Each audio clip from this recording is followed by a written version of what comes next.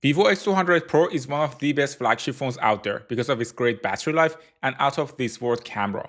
The question is how the S25 Ultra is going to compare to it. I bought both of these phones with my own money, and I will do a day in the life comparison of the phones with Daria. And she told me to make sure you all know her gloves is cute and have bow ties. I started the day around 10 in the morning while both had 100% battery. The vivo X200 Pro has a 90 watts max charging speed with a charger in the box, while the Galaxy has a 45 watts max charging speed without a charger in the box. I put both phones to play YouTube videos on Wi-Fi. After around an hour, the Galaxy lost 3%, while the Vivo was still at 100% battery. The Galaxy S25 Ultra's screen is a bit larger, and I'm happy that it is completely flat.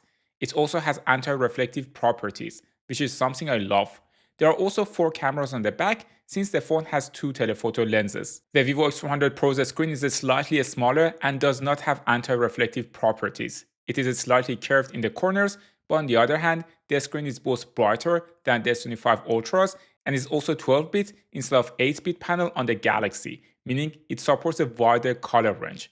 There is a larger camera bump on the back of the phone too, since it has a massive telephoto sensor that can gather a lot of light. This large telephoto sensor can make videos more professional since not only it does capture more light, but it also creates a better depth of field for subject to background separation. For example, in this video on the left side, there is not much separation between the berries and the water on the S25 Ultra at 5x zoom, whereas on the vivo X200 Pro, you get enough separation that the result looks more like a real camera than a phone. You can see the same result when you take a picture. The difference in background separation is not always huge. Sometimes it is subtle and depends on the subject you are filming or photographing. But of course, the cost of these large telephoto sensors is massive camera housing. The vivo X200 Pro telephoto camera can also take nice macro shots. You can take the same shots with the Galaxy S25 Ultra, but the processing is a bit different. The vivo shots are more exposed, whereas the Galaxy ones are darker. Both phones can automatically detect that you are trying to take a macro shot, but you have to click on the icon to make sure it is not taking a photo in normal mode. Let's test the selfie camera next. I'm now in the Birds Park. On the left side we have the Galaxy S25 Ultra. On the right side we have the vivo X200 Pro. Usually vivo is not that great with a selfie camera. There's a little bit of softening going on with my skin, but it's all good. I like how I look like on the Galaxy S25 Ultra. For bird pictures with 10x zoom, the difference is not as huge. The vivo looks like it is doing more aggressive processing. Both phones have really great telephoto cameras, and even though the vivo sensor is larger, the Galaxy can also keep up during daylight. For example, here we are taking a shot at 30x zoom with both phones. The vivo photo is less noisy compared to the Samsung S25 Ultra, but they both capture the essence of it well. Of course, a lot of what you see is being reconstructed by AI, but still, it is very impressive that the vivo can take a photo of a subject that not even my eyes can see properly. At a longer zoom like 60x zoom, the difference becomes more visible. The Galaxy photo doesn't have the details that you can see on the vivo. As I mentioned, for a more moderate zoom, for example 5x or 10x zoom, the difference is not as big, and they both manage it very well. The Galaxy S25 Ultra also has a new ultrawide camera. I would say that the quality of the ultrawide camera on both phones in daylight is very similar. For the main lens and flare management, both are doing a great job. The Galaxy is one of the best phones when it comes to flare management, and the vivo also has this Zeiss coating on the lenses designed for it. I went to do some grocery shopping before going out for a coffee.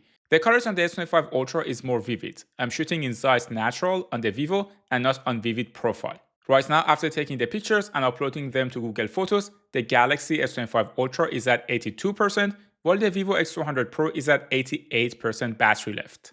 Then I put the phones on my neck one by one to take a 20 minutes video with each of them while driving the e-scooter. Neither phone is magnetic, and you should have a magnetic case to be able to use MagSafe accessories like the neck mount here.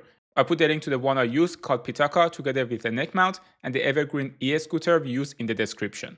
Here I'm taking a video with the ultra-wide lens. For me, the difference in how the colors look on both phones is very clear by now. The Galaxy S25 Ultra is more vivid with a warmer tone. The vivo X200 Pro is more contrasty with colder tones and gray clouds.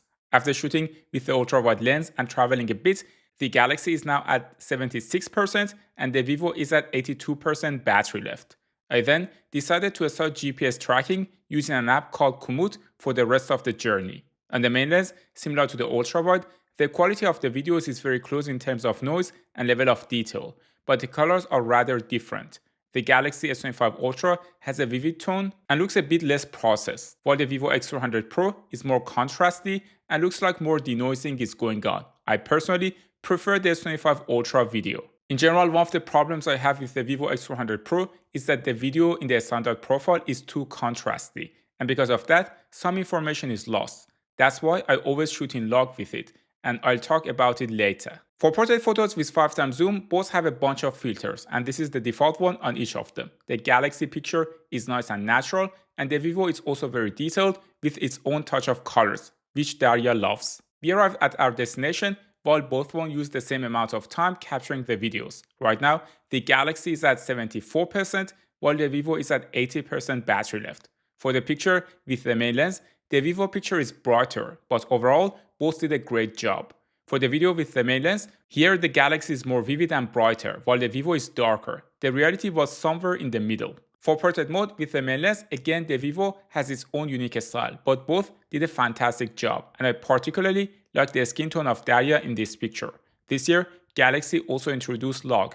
It is a color profile that, because of its nature, can preserve more information, dynamic range, highlights and shadows, and give you the freedom to color grade your footage. The vivo X200 Pro already had this feature.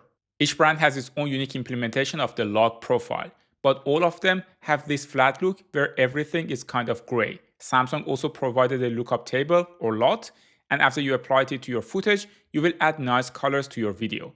The beauty of log is that you can make footage taken from different devices look similar to each other. Since the colors are not saturated, there is no oversharpening going on.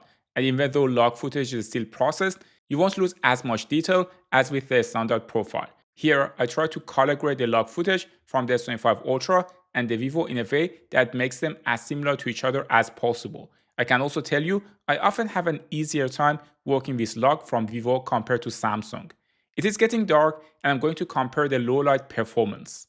With a 5x telephoto lens in low light settings, the Vivo captures a better picture due to the larger sensor. At night, with the main lens, both ones have a similar sensor size. But surprisingly, I feel the Vivo is doing a better job here, and the footage looks a tad less noisier compared to the Galaxy S25 Ultra. For the photo, I prefer the S25 Ultra one though. The one on the Vivo is too dark and the face is not processed nicely.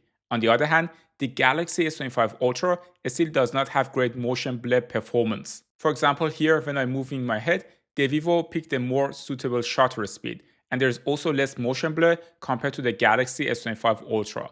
I went back home and right now the Galaxy has 62% battery left, while the Vivo has 68%. I decided to run Google Meet on Wi-Fi on both devices. By the end of the Google Meet test, the Galaxy S25 Ultra had 39% battery left, while the Vivo had 51%. It is not that surprising, and I got a similar result in previous tests I've done. Then, I decided to play Genshin Impact on high setting and 60 frames per second on both phones. The game is rather heavy, and I also tried to stay in the same map and engage with a similar number of enemies to keep the test fair. The Galaxy S25 Ultra is running on a Snapdragon 8 Elite, while the vivo X200 Pro is running on Dimensity 9400, which has one of the best gaming performances I've seen. By the end of the 50 minutes of gameplay, neither phone started to throttle. The Galaxy S25 Ultra was around 1 degree hotter than the vivo X200 Pro. The Galaxy S25 Ultra is running on OneUI 7, while the vivo X200 that I bought comes with OriginOS. The lock screen on both of them is very similar. On the Galaxy, there is a now bar that, to be honest with you, I already disabled on my main phone since I just don't like it. Both have high quality fingerprint scanners. They are both Android phones, but there are differences in how the operating system looks and feels in general, like the notification center or quick settings. They also both have tons of customization options, so you won't get bored and can customize them to death. After playing around with both phones, the S25 Ultra now has 4 hours and 15 minutes of screen on time, while the vivo X200 Pro has 4 hours and 7 minutes of screen on time. In these tests, it is usually impossible to keep the screen on time exactly the same. By the end of the test, the S25 Ultra is at 19%, while the vivo X200 Pro is at 42% battery left. There are two reasons for this difference. First, the Vivo has 1000 mAh more capacity in its battery due to the new battery technology. Second, the vivo X200 Pro's OriginOS is less heavy compared to OneUI.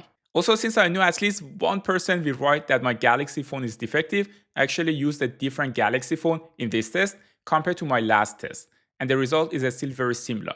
I already made the other Galaxy phone my personal phone and will keep the second one for testing only. Overall, the Vivo is head and shoulders above when it comes to battery life. The telephoto sensor is also much larger and better, and the operating system is more optimized. On the other hand, the Galaxy S25 Ultra has a more mature operating system, and the killing of background applications is not as aggressive as the one on Vivo.